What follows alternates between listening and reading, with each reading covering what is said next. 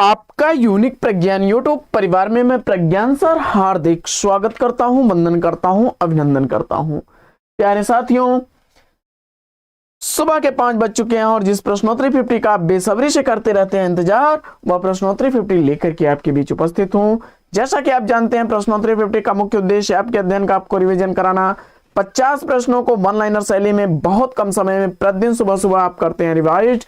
और इस अध्ययन श्रृंखला से जुड़ने के लिए आपको चैनल को सब्सक्राइब करके बगल में बने हुए बेल आइकन से ऑल बटन को प्रेस कर लेना है। और वीडियो को देखने से पहले या देखने के बाद या देखते हुए कहीं भी किसी भी समय आप बस 1 सेकंड का समय निकाल करके इसको लाइक और शेयर कर दिया करिए। आपके लाइक शेयर सब्सक्रिप्शन से हमको मिलता है पुनर्वन ऐसी पाठचर्या प्रतिदिन लाने के लिए। तो बिना समय गंवाए प्रारंभ करना चाहेंगे आज की पाठचर्या, लेकिन उससे पूर्व देखेंगे प्यारा सा मॉर्निंग कोट्स। जिसको आप प्राप्त करना चाहते हो उसके पीछे आपको भागना पड़ेगा। अगर नहीं भागे तो आपको वह कभी नहीं मिलेगा। और ऐसा आपने देखा होगा, जब तक आप जिस वस्तु को प्राप्त करना चाहते हैं उसके लिए एकनिष्ठ होकर के उसके प्रति आप मन वाणी कर्म धन सभी तरह से जब उस पर जुट जाएंगे तभी वह आपको मिलेगा। और इसी मॉर्निंग कोट्स के साथ प्रारंभ करेंगे साहित्य प्रश्नोत्तरी 50 को। देखेंगे पहला प्रश्न, काफी रिपीटेड प्रश्न है, बहुत आसान सा प्रश्न है। अर्थशास्त्र की स्थापना किसने की और इसका स्थापना वर्ष? तो जवाब हो जाएगा विठल नाथ ने। वल्लभाचार्य के 4 शिष्य और 4 अपने शिष्य मिलाकर के अर्थशास्त्र की स्थापना 1565 ईस्वी में की थी। प्रश्न संख्या 2 है कि अतीत के गर्त से संस्मरण के लेखक कौन है? अतीत के गर्त से संस्मरण भगवती चरण वर्मा द्वारा लिखा गया है। आइए बढ़ते हैं प्रश्न संख्या 3 की तरफ। प्रश्न संख्या 3 है, छोड़ द्रुमों की मृदु छाया, तोड़ प्रकृति से भी माया, बाले तेरे बाल जाल में कैसे उलझा दो लोचन। पंक्तियों के रचनाकार आपने सुमिंद्रानंदन पंत को चुना, तो बिल्कुल सही जवाब। अगला प्रश्न है कि कविता घेराव में किसी बौखलाए हुए आदमी का संक्षिप्त एकालाप है। इन पंक्तियों के रचनाकार कौन है?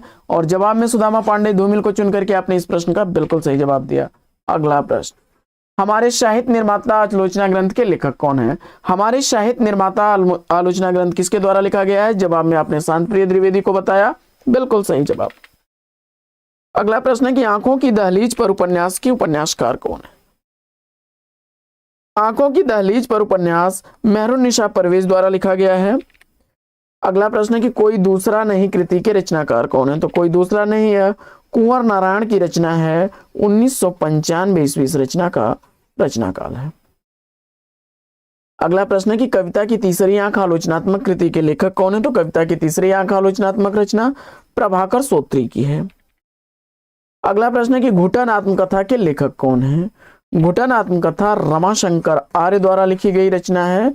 2005 ईस्वी रचना का रचनाकाल है। अगला प्रश्न है कि प्रेत की छाया उपन्यास के लेखक कौन है? तो प्रेत की छाया उपन्यास इला चंद्र जोशी द्वारा लिखा गया उपन्यास है। 1944 ईस्वी उपन्यास का प्रकाशन वर्ष है।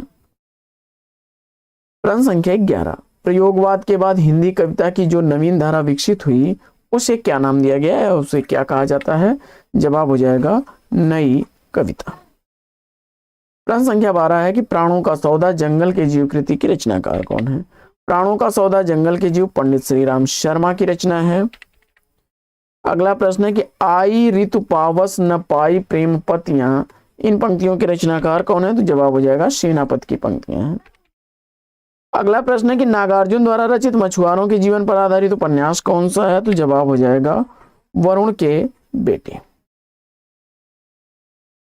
प्रकाश बीना मोहन राकेश के किस कहानी के पात्र हैं? प्रकाश बीना मोहन राकेश द्वारा लिखे गए एक और जिंदगी कहानी के पात्र हैं। अगला प्रश्न है कि हिंदी साहित्य की कहानी के लेखक कौन है? तो हिंदी साहित्य की कहानी प्रभाकर माचवे द्वारा लिखी गई कहानी है। अगला प्रश्न है कि रसखान कवि का वास्तविक नाम क्या था? रसखान का वास्तविक नाम सैयद इब्राहिम था। प्रश्न संख्या 18, सगुनहि अगुनहि नहीं कछु भेदा, इस तथ्य को तुलसीदास ने किसके द्वारा कहलवाया है? जवाब हो जाएगा शिव पार्वती संवाद से अवतरित शिव द्वारा यह कहा गया है रामचरितमानस में। अवधी भाषा में लिखा गया महाकाव्य है रामचरितमानस, तुलसीदास का काफी चर्चित। बदबू कहानी के कहानीकार कौन है? तो बदबू कहानी शेखर जोशी द्वारा लिखी गई कहानी है और 1967 ईस्वी इस कहानी का प्रकाशन वर्ष है। अगला प्रश्न है कि देहरी के पार उपन्यास के रचनाकार कौन है? तो देहरी के पार उपन्यास विवेकी राय द्वारा लिखा गया उपन्यास है। अगला प्रश्न है कि मेरे चपल यौवन वाल अचल अंचल में पड़ा सो मचल कर मतसाल, इन पंक्तियों के रचनाकार कौन है? तो जवाब हो जाएगा मैथिली शरण गुप्त। उदय भानु मुंशी प्रेमचंद के किस उपन्यास का पात्र है? तो मुंशी प्रेमचंद द्वारा निर्मला उपन्यास का पात्र है। 1927 ईस्वी निर्मला उपन्यास का प्रकाशन वर्ष है। भोर का तारा एकांकी के लेखक कौन है? तो भोर का तारा एकांकी जगदीश चंद्र माथुर द्वारा लिखी गई एकांकी है। 1937 ईस्वी का प्रकाशन वर्ष है। द्विवेदी युग का नामकरण किस कवि द्वारा किया गया है? द्विवेदी युग का नामकरण महावीर प्रसाद द्विवेदी जी द्वारा किया गया है। उद्धव शतक में कितने छंद हैं? उद्धव शतक में छंदों की संख्या आपने 116 बताया। जगन्नाथ दास रत्नाकर द्वारा लिखी गई यह रचना है। किसकी कविताएं स्वाधीन भारत का इस्पाती दस्तावेज हैं? तो जवाब हो जाएगा गजानन माधव मुक्ति बोध।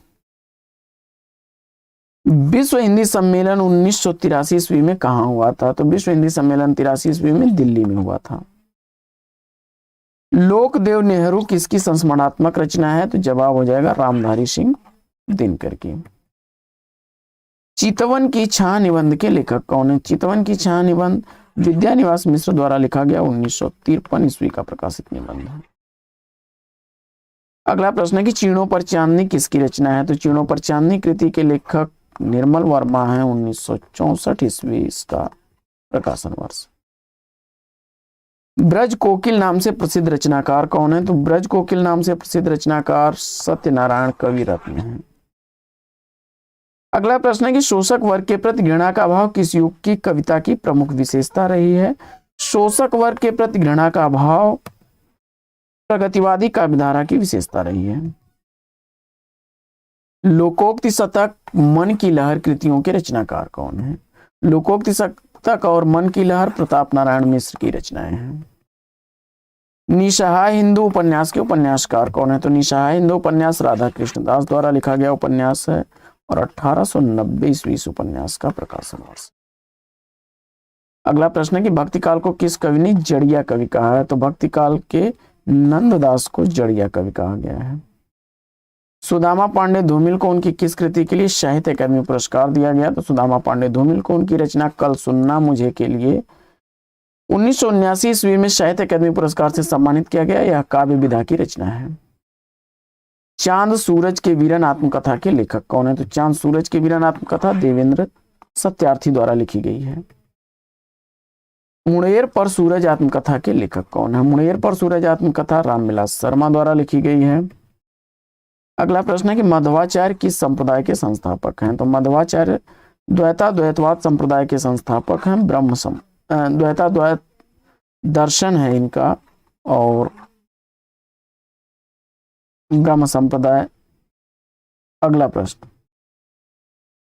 अन्या से अनन्या तक आत्मकथा के रचनाकार कौन है? तो अन्या से अनन्या तक प्रभा खेतान की रचना है। 2007 ईस्वी इसका प्रकाशन वर्ष है। प्राणचंद चौहान का संबंध भक्त की किस शाखा से है? तो प्राणचंद चौहान जी का संबंध राम भक्त शाखा से है। जहां लक्ष्मी कैद है कहानी के कहानीकार कौन है? तो जहां लक्ष्मी कैद है यह कहानी राजेंद्र यादव द्वारा लिखी गई 1957 ईस्वी की प्रकाशित कहानी। अगला प्रश्न है सूरदास को पुष्ट मार्ग का जहाज किसने कहा है? तो सूरदास को पुष्ट मार्ग का जहाज कहने वाले विठलनाथ हैं। अगला प्रश्न है कि सोए पलाश दहकेंगे शीर्षक नवगीत संग्रह के रचनाकार कौन है? तो जवाब हो जाएगा सोए पलाश दहकेंगे नचकेता की रचना है।